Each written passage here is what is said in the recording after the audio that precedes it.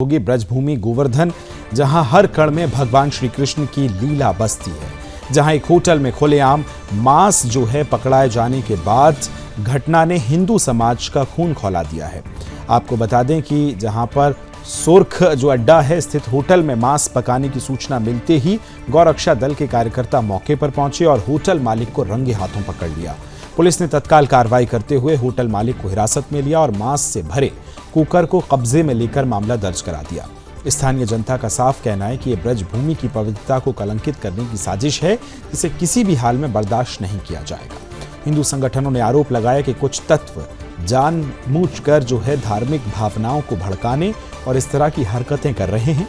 याद दिला दें कि हाल ही में ईद पर गोवर्धन में गौ मांस काटे जाने की खबर ने पूरे ब्रज में हड़कंप मचा दिया था। उस घटना के बाद से ही हिंदू समाज सतर्क है और अब होटल में मांस पकड़े जाने से लोगों में जबरदस्त गुस्सा फूट पड़ा है।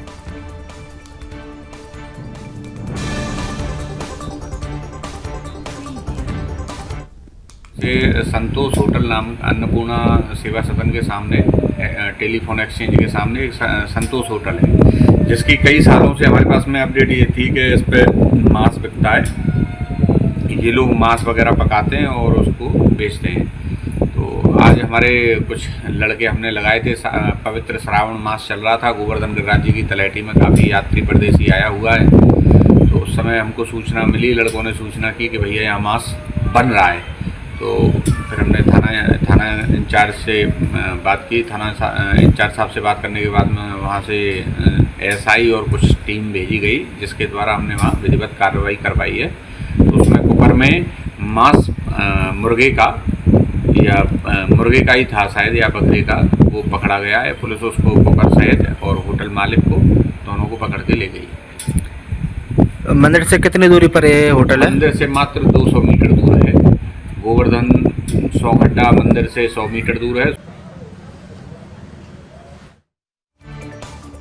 खबर को विस्तार देंगे मोहन प्रसाद, मेरे सहयोगी जुड़ गए। मोहन, जरा ये बताइए कि इस तरह से ब्रजभूमि में जो धार्मिक नगरी है, करोड़ों हिंदुओं की आस्था का केंद्र है, वहां अगर इस तरह से साजिशें चल रही हैं और जो मांस है परोसा जा रहा है, कौन थे ये लोग, किस तरह से संचालित कर रहे थे और क्या अब इस पूरे मामले पर कार्रवाई हुई है? मोहन बताइए।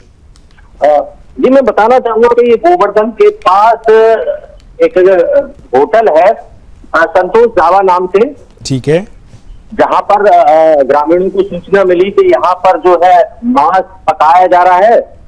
और इसी की सूचना पर ग्रामीण वहां पहुंचे और गौरक्षक थे जो मौके पे पहुंचे और उन्होंने इसका विरोध किया और वहां देखा तो वहां पर मांस पकाया जा रहा था। हालांकि ये कंफर्म नहीं है कि वो मांस किस चीज का था, लेकिन मौके पे था मांस। और फिर वहां पर जो गौरक्षक थे उन्होंने जो है मौके पे पुलिस बुलाई और पुलिस ने जो है मौके पे जांच की और मांस पकता हुआ देखा और अपनी जो है कार्रवाई को आगे बढ़ाया उन्होंने। मोहन, ये बताइए, जिस तरह से अब हिंदू जो समुदाय के लोग हैं, जो संगठनों के लोग हैं, उनमें आक्रोश तो है ही, किस तरह से जांच की जा रही है? क्या ब्रज में कुछ और भी ऐसे तत्व हैं जो सांप्रदायिक माहौल को बिगाड़ने की कोशिश कर रहे हैं, या जो चीजें प्रतिबंध हैं वो परोसने की कोशिश हो रही है?